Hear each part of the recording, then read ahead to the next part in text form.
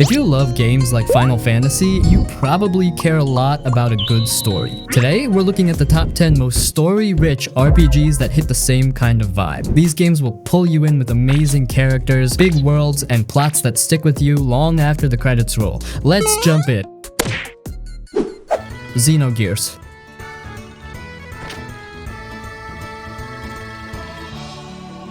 Xenogears is one of those PS1 classics that people still talk about all the time because the story is just on another level. Like, this isn't your simple, the bad guy's gonna destroy the world kind of RPG. Nah.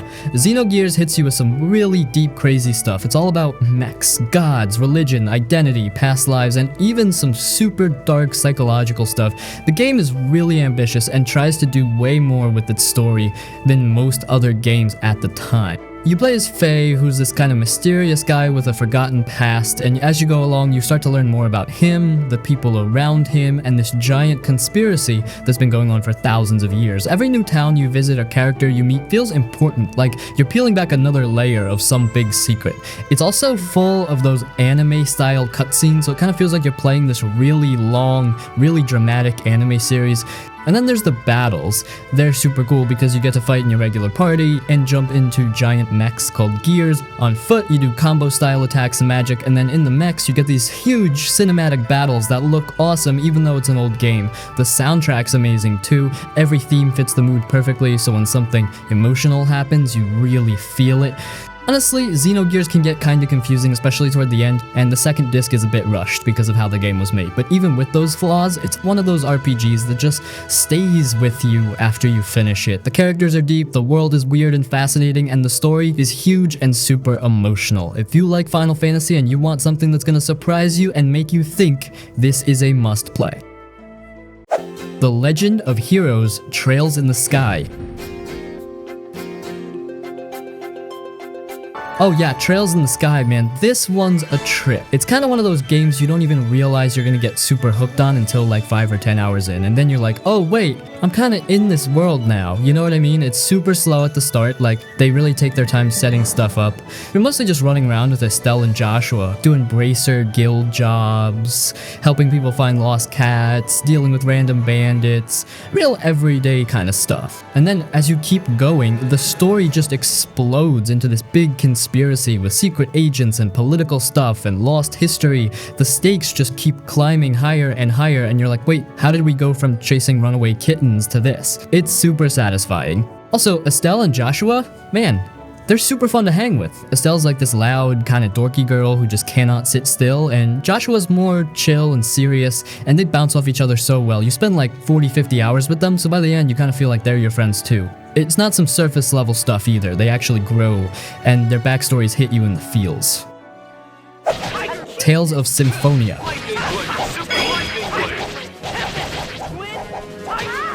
Follow Lloyd and his friends as they go on this journey to regenerate the world, but nothing is as simple as it seems. Every town you visit, every character you meet kind of adds another layer to the story. What starts as this typical fantasy quest ends up dealing with some really heavy stuff, like sacrifice, prejudice, what friendship actually means, and how sometimes saving one world could mean ruining another.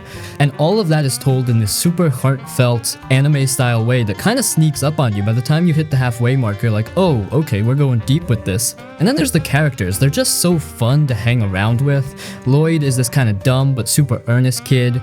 Genus is his smart aleck buddy. Colette's this clumsy but really kind-hearted chosen one.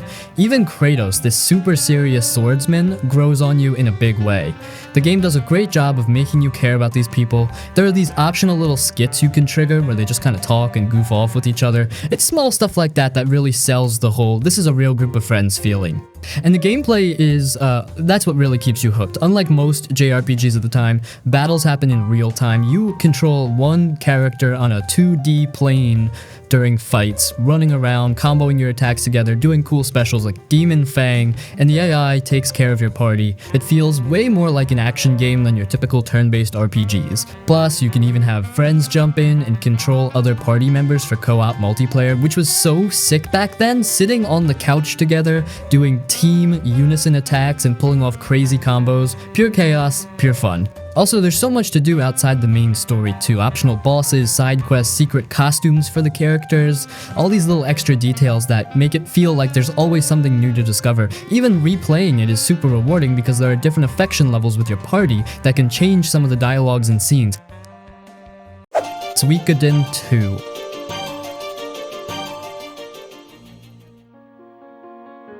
Oh, Suikoden II is just wow. You ever play a game that looks kinda simple at first and then by the time you finish it you're like, holy shit, that was way deeper than I expected? That's Suikoden II in a nutshell.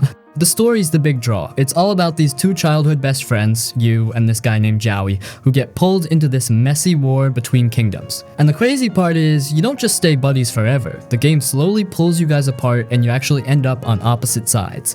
Watching that happen feels super real and kinda sad because you can see they still care about each other even though they're basically enemies now. Every big event in the game hits a little harder because of that history between you two. And then there's the whole 108 Stars of Destiny thing. That part is just addictive as hell, finding and recruiting people all over the world, everyone from warriors and mages to shopkeepers and cooks. It feels like you're slowly building this big lively army together. Your castle grows with every new recruit, so you've got a reason to go out and explore every little corner of the game. Plus, putting different characters together in your party to see who combos well is super fun too. The battles, they feel quick and snappy. It's traditional turn-based stuff, but it never feels like a drag. And then sometimes the game throws these big army showdowns at you, or these tense one-on-one duels that feel kind of like playing rock, paper, scissors under pressure. It keeps the pacing really strong. You never feel like you're stuck in one kind of fight for too long. Dragon Quest XI: Echoes of an Elusive Age. Alright, so Dragon Quest XI: Echoes of an Elusive Age is kind of like the perfect comfy JRPG. The one you jump into when you just want a big, bright adventure that feels like a warm hug. Right from the start, you can tell it's got that classic Dragon Quest charm. The world looks super colorful and kind of feels like you just stepped into a big anime. Everything's bright, the characters are super expressive, and even the monsters, those blue slimes, man, are kind of cute instead of scary. It's super easy to just lose yourself in it. And yeah, the story might sound super traditional at first. You're the luminary, the legendary hero everyone's been waiting for, but it never feels boring or generic. Every party member you meet along the way is really memorable. Like there's Eric, this cocky thief, who's also super loyal once you get to know him, or Veronica and Serena, these twin sisters who bounce off each other perfectly. One's super feisty, the other super gentle. And then you got Sylvando, this hilarious performer who steals every scene with his over-the-top flair. As you go on this big quest to save the world, they become this super fun crew you actually care about. The game's also really good at hitting you with emotional beats at just the right time. Even though it's light and funny most of the way, there are some real heartfelt and sad moments that kind of sneak up on you. It's the kind of stuff that reminds you why these games stick with people for so long. And the gameplay? Super classic JRPG stuff, turn-based battles where you plan out your moves, level up, get new skills. It's easy to jump into even if you haven't played JRPGs before, but there's also enough depth that you can experiment with different skills and combos as you go. Plus, the world is just huge. Every town you visit has its own style and soundtrack, and there's so much to explore. It really feels like you're on this big winding journey. Persona 4 Golden.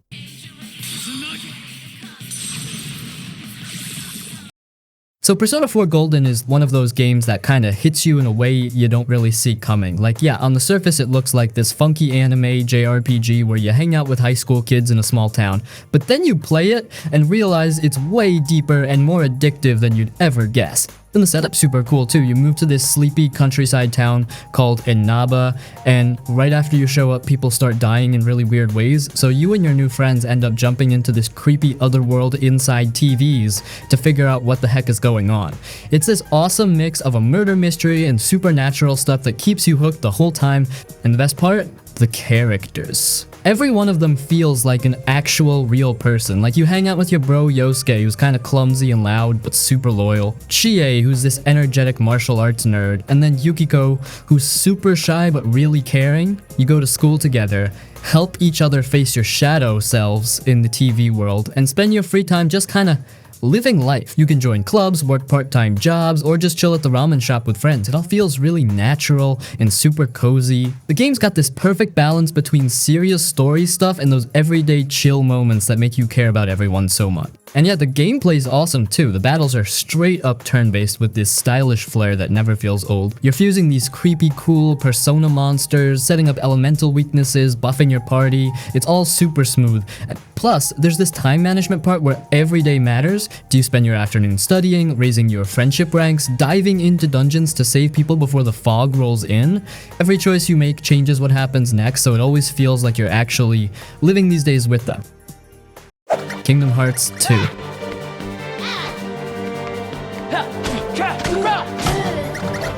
Oh man, Kingdom Hearts 2, like where do I even start with this one? It's honestly one of those games that just hits you right in the feels every time you jump back in. You fire it up, that simple piano version of Dearly Beloved plays on the title screen and you're like,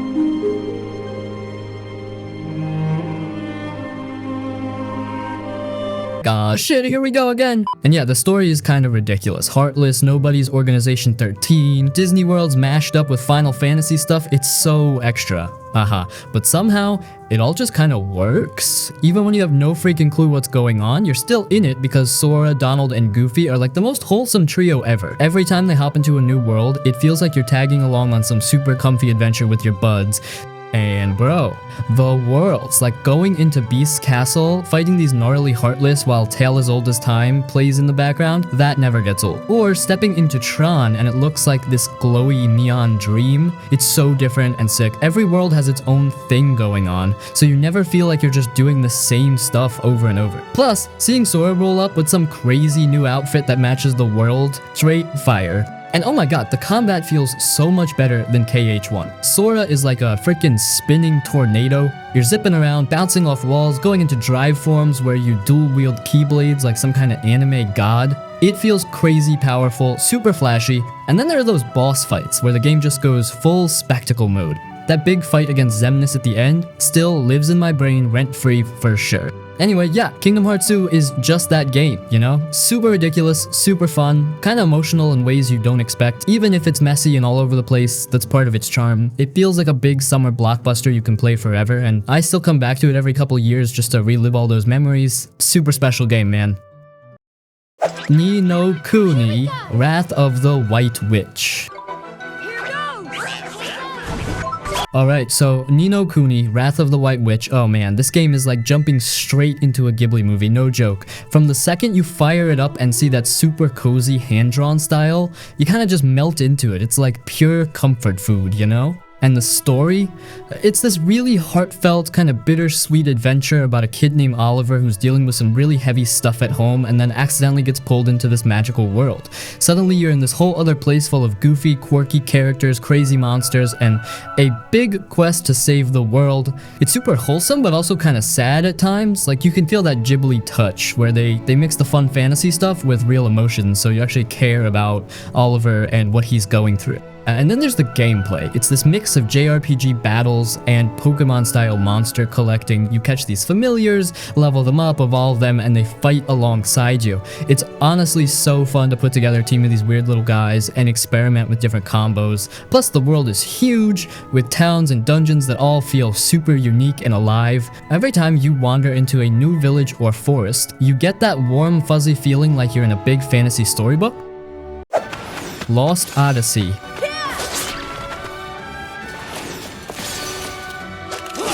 Okay, Lost Odyssey. This one is super underrated, man. Like, for real, I feel like nobody talks about it enough. It's this Xbox 360 JRPG that honestly feels like a classic Final Fantasy game, and that's probably because the guy behind it, Hironobu Sakaguchi, literally created Final Fantasy. So, yeah, you jump in expecting a big emotional story, and that's exactly what you get.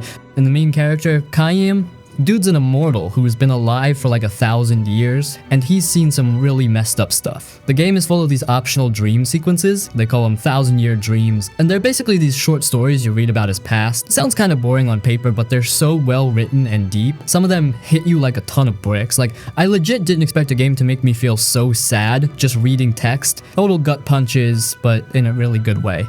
The game itself is super classic JRPG, turn-based battles, big overworld, lots of magic and abilities, nothing crazy new mechanically, but it's all super polished and fun. You're swapping party members, learning skills, setting up strategies. Feels like you're playing a lost PS2 era Final Fantasy that just happened to land on the 360.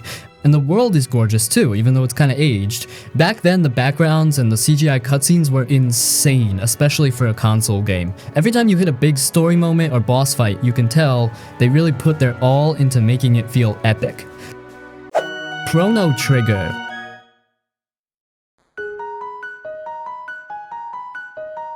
Okay, this is the classic JRPG that everyone always tells you to play, and for good reason. It's one of those games that feels kind of like lightning in a bottle, you know? Everything just clicked perfectly. The story, the characters, the music, the battles, all of it is so good that even decades later, it still feels crazy fresh. And the time travel stuff, super fun. You jump between different eras, like prehistoric jungles with dinosaurs, this spooky post-apocalyptic future, even a crazy magic kingdom, and all of them feel super distinct. Every time you hop into the time portal, you're like, alright, where the heck are we going now? It really keeps you hooked. Plus, what you do in one time period can change things in another, so it's not just jumping around for no reason. You actually feel like you're messing with history and seeing the effects play out. And then there's the characters. Chrono, Marla, Luca, Frog, Robo, and Magus, they all have these awesome, super memorable personalities. It's like this dream team of different kinds of heroes, and you end up loving all of them. Every one of them gets their own moment to shine, and even though Chrono doesn't talk at all, you still really care about him by the end. The combat is so fun too. It's classic turn-based, but with this clever twist. You can do these team-up attacks called techs, so like Chrono and Frog can do an X-Strike together, or Marl and Luca can do some crazy fire-ice combo. That stuff just never gets old. Plus, there are no random battles, so you see enemies on the screen and fight them right there. Feels super modern even now. Valkyrie Profile.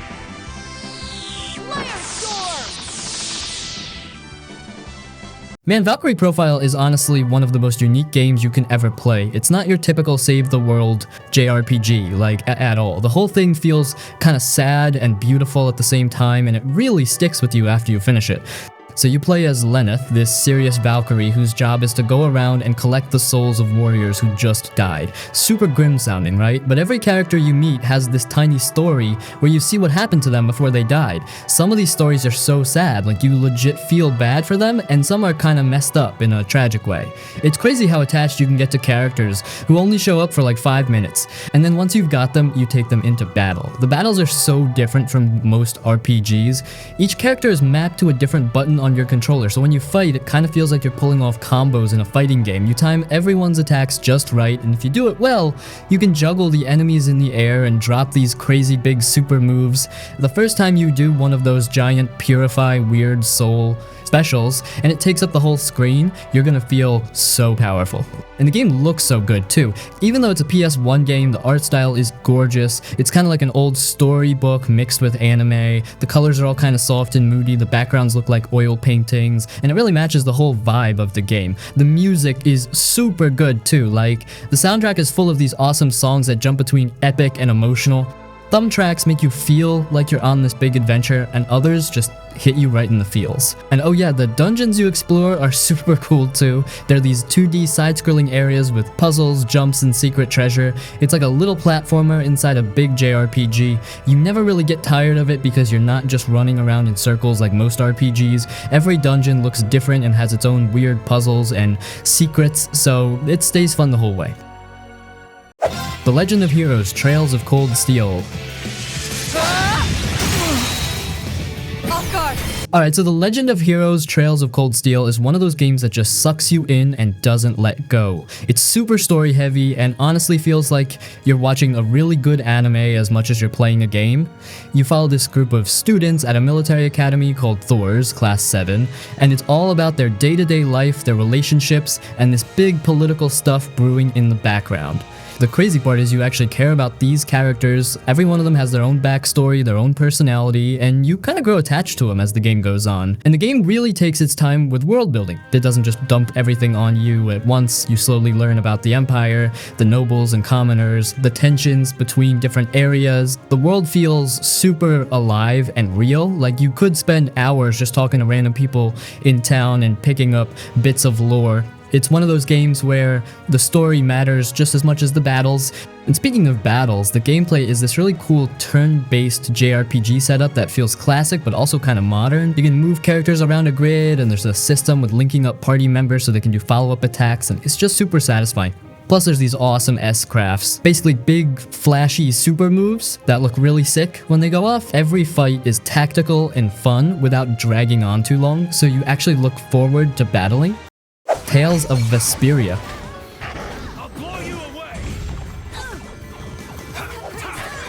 Oh man, Tales of Vesperia is one of those games where you just kind of sink into it and don't want to come back up, you know? It's super comfy, but also crazy fun at the same time. You jump in as this guy Yuri, who's like the most chill rebel you could ever hang with. He's kind of tired of all the crap going on in the world, corrupt knights, people in power making dumb choices, and he just does his own thing, which is honestly so refreshing. And the game is, it looks like you're walking around in a colorful anime. Every town feels alive and super different. One second you're in this crazy lush forest village, then you're off chilling in some fancy capital city with like big ass towers and cool music playing in the background. The whole world feels like you could just wander forever and still find some new secret or goofy side quest to do.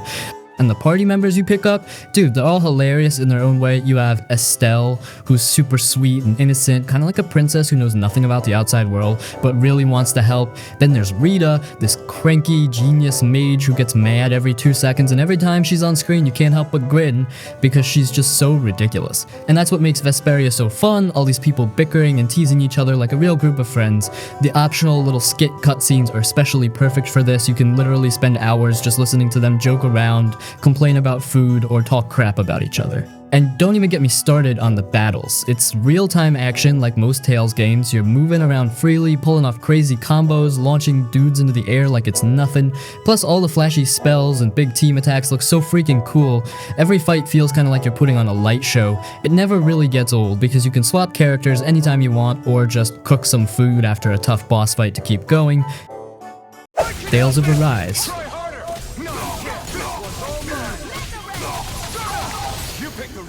Tales of Arise is like you hit new game and boom, you're in this gorgeous world with crazy detailed scenery, the colors, the lighting, even the grass and rocks and stuff, it all looks so freaking good. Honestly, it feels like they went all out on the visuals this time. Every cutscene looks like you're watching an anime movie or something, and that's like half the fun. And it's not just a pretty face either, the characters actually matter. You play as this dude named Alphen who literally can't feel pain and walks around with a big ass iron mask, and Shion, who's this super cold kind of mysterious girl that nobody can touch without getting hurt. It's such a weird combo, but they work so well together. Throughout the game you pick up more people too, and each one's got their own vibe and backstory that slowly gets revealed as you play. The party banter in the little skits is so good. They're always roasting each other, telling jokes, or just being super awkward together. It kind of feels like you're just hanging out with a bunch of friends on a big road trip. And man, the combat, holy shit, it's super fast and flashy in the most satisfying way. You can air juggle monsters, pull off big team attacks, swap characters mid-battle. It never really feels repetitive. Every boss fight is like this big spectacle with all these crazy light effects and cinematic moves. Even just grinding a few random enemies feels fun because there's so much you can do. You're dodging, countering, casting spells that look like they could blow up a whole mountain. Plus, you get these boost strikes that do like these big cinematic finishers when you time things right, and they just feel so good every time. In the story, it actually kind of hits you in the feels too. It's all about this messed up world where one side's been oppressing the other for like 300 years. It's not super complicated or anything, but it's got some really strong emotional moments, like seeing these characters fight back and grow together as they slowly figure out what freedom really means. It doesn't feel preachy or heavy-handed at all, it just kind of lets the character struggles speak for themselves. Grandia 2. This is why you are no good. Grandia 2 is just such a chill, fun game to jump into. Like seriously, I don't know why more people don't talk about it. Right from the start, you get pulled into this bright, colorful world that feels like one big fantasy road trip with your friends. It's not trying to be too dark or serious all the time. It's more like, hey, let's go on an adventure, and that just feels really good. And the characters are, well, they make the whole game. Ryudo is your main guy, kind of this sarcastic merc who's a little rough around the edges at first. The guy's not some big noble hero, he's more like someone who'd rather get paid and go home, which is honestly super funny. Then you've got Elena, this sweet priestess who's really innocent and proper, and they kind of bounce off each other in the funniest ways. Throw in Millennia, who's like this fiery, unpredictable force of nature, and you can probably see why this game is so damn entertaining. Watching them bicker, joke around, and slowly become friends just feels super natural. And okay, can we talk about the combat for a sec? The battle system is so satisfying. It's not just wait your turn, hit, wait again. You're constantly watching that bar at the bottom, timing stuff so you can knock enemies back or cancel their big attack. It keeps every fight interesting because you're thinking a couple steps ahead. Plus, when you finally drop one of those big flashy magic spells like Dragon Zap or Burn Flame, it feels awesome. The effects, the camera angles, the explosions, it's like this big reward every time. And sure, the story is kind of your typical team up to save the world, but that doesn't matter when you're actually playing. It's more about how you feel along the way. The jokes, the quiet moments around campfires, the goofy side quests, that stuff sticks with you. Plus, every time there's a cutscene where the characters are just being themselves, it reminds you that this game doesn't take itself too seriously. Fire Emblem Three Houses. Fire Emblem Three Houses is one of those games that just grabs you, man. Like right from the jump, it throws you into this super cool setup where you're this professor at a crazy fancy military school and you gotta pick one of 3 houses to lead. Sounds kind of simple at first, but then you realize each house is full of these super different, super memorable characters like Edelgard, Claude, Dimitri, all with their own goals and drama going on, and that's kind of what hooks you. It's not just battles, you're teaching your students, bonding with them, learning all their stories. Some of them are super goofy, some have really sad backstories, and the way you get to hang out with them between all the fights is honestly really cozy. It feels like you're part of this big weird family, and you actually care about everyone when stuff hits the fan. And man, the battles are so good. It's that classic Fire Emblem style, turn-based, moving your units on a grid, choosing the right weapon for the right enemy, super tactical, super tense. Every choice matters too, especially if you're playing on permadeath mode. Losing someone forever is brutal. You can also do these sick combo attacks if you put characters who like each other next to each other, so the game really rewards you for building relationships. By the time you hit the halfway point, the game kind of punches you in the gut with a big story twist, and then like the whole world changes. Without spoiling too much, let's just say the stakes go way up and you see some really messed up stuff go down. It's crazy because depending on which house you picked, the game plays out super different, so you can go back and do another run and it feels like a new game. And that's probably one of my favorite things about Three Houses. You're gonna want to replay it. Whether you want to see all the supports, try the other houses, or just mess around with different classes and tactics, there's a ton of game here. It's one of those games that really stays with you after you're done because you feel like you actually lived with these characters. Super fun, super emotional. If you haven't played it yet, you definitely gotta give it a shot. Octopath Traveler.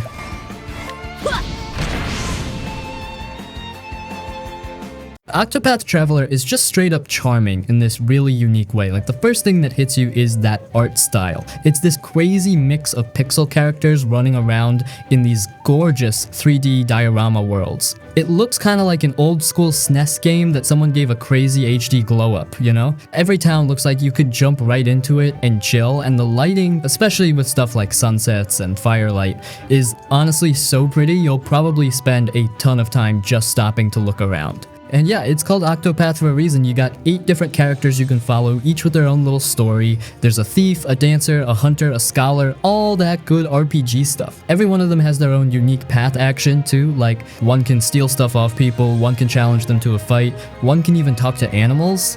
It's kind of silly and super fun to mess around with, and it also means towns feel more alive because you can do different things depending on who you bring with you. The combat is really addicting too. It's turn-based, but they add this break and boost boost system that keeps every fight interesting. Basically, every enemy has these little weaknesses you can hit, like swords, fire magic, arrows, and if you hit them enough times with the right stuff, they break and lose their next turn. That's when you go crazy with boosted attacks and abilities to do huge damage. It feels super satisfying every time you pull off one of those perfect breaks and just chunk a boss's health bar. The story structure is a bit weird. You kind of jump between different characters' tales instead of one big main plot, so it feels like a bunch of short stories at first, but that kind of works for what this game is going for. You can take it at your own pace, switch up your party, and tackle stuff however you want. It's super chill and open like that. And that's what makes Octopath Traveler feel so special, you know? It's like this big, comfy adventure where you make your own way through a beautiful world with a bunch of memorable characters. Totally worth playing if you want something that's super nostalgic, but also feels kind of fresh and unique at the same time. Nier Automata.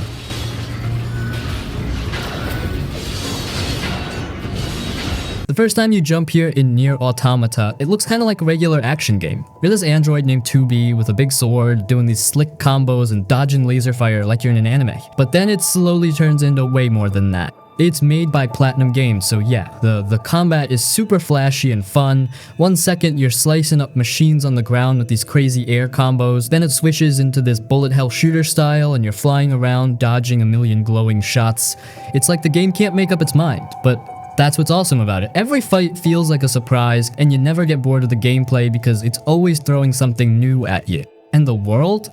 Oh man. It's like this big ruined Earth where humans are long gone, so it's all just machines and these strange androids left wandering. The story slowly drips out these super deep questions about existence, what it means to be alive, and whether these robots and androids even have souls. It's kind of heavy at times, but also super beautiful in this sad, poetic kind of way. Plus, the soundtrack is insane. Every track feels like it's telling its own story. That's one thing people never shut up about, and for good reason. The music will stay in your head forever. And like, you can't even really talk about Nier Automata without mentioning the multiple endings. When you finish it the first time, you realize you've basically just seen the intro, and the game is like, okay, do it again, but from a different character's point of view. Then you do, and things get way weirder, darker, and way more emotional. By the time you hit ending E, the true one, you're probably gonna just stare at the credits like, what did I just experience? It's one of those games that stays with you long after you put the controller down. And the coolest part? It never feels like it's forcing you. You can do goofy side quests like delivering packages to this pacifist machine village 1 second and then jump into some deep existential boss fight the next. It's weird, it's beautiful, it's sad, and honestly, that's exactly what makes Nier Automata one of the most memorable, story-rich games ever. Shadow Heart's Covenant. Man, Shadow Heart's Covenant is one of those underrated gems that nobody ever really talks about enough. It's like this super wild mix of creepy horror stuff, goofy comedy, and a really heartfelt story, and somehow it all actually works. It takes place around World War I, which is already a crazy unique setting for a JRPG, and you're traveling all over Europe with this group of really weird characters. The main guy, Yuri, is a total badass. He can literally transform into demons because of this whole soul fusion power he's got going on. Every time you level up or fight bosses, you can pick which crazy monster forms you want him to use, and they all look super sick. The game has this really cool judgment ring system too, where every attack or spell you do has this timing wheel, so it's not just selecting attacks from a menu, you gotta pay attention and hit these little spinning targets. It keeps battles way more engaging and kinda tense, especially when you're pulling off big combos. In the story, man, it's wild. It bounces between some really funny stuff, like there's a vampire wrestler who thinks he's a superhero and then drops these super emotional beats where you really care about the characters. It's kind of dark too, especially with some of the enemies and the way people in the story get messed up by war and supernatural stuff. But then, just when you're feeling bummed, someone cracks a dumb joke, or there's this ridiculous side quest that lightens the mood again. The world feels super unique too. It's this weird version of history where all this supernatural stuff is going on in the background, so you're going to places like Paris, Russia, Japan, and seeing them all in this spooky gothic style. Plus, the soundtrack is amazing. It's this mix of creepy and beautiful that matches the game's vibe perfectly. Honestly, Shadow Heart's Covenant is like if someone took a big heartfelt JRPG, added demons, goofy humor, and this killer combat system and somehow pulled it off. It's weird in the best way, and if you give it a shot, you'll probably end up loving it as much as the tiny fan base that never shuts up about it. It's just one of those games that feels special. Radiant Historia.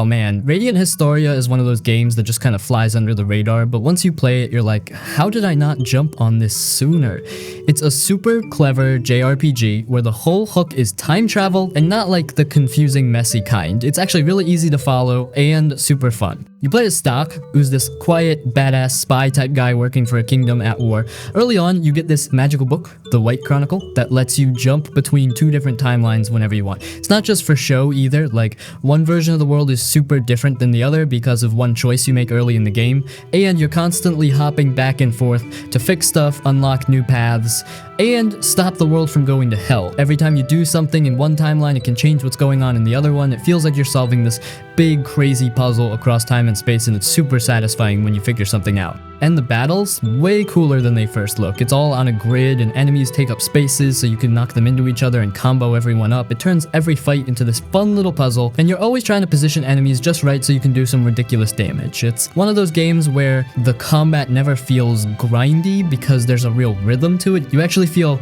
clever pulling off big chains, and the characters are awesome too. Stock's this stoic soldier guy who's seen a lot of messed up stuff, and the people around him like Rainy, Marco, and Rosh all feel like real people with their own personalities and struggles.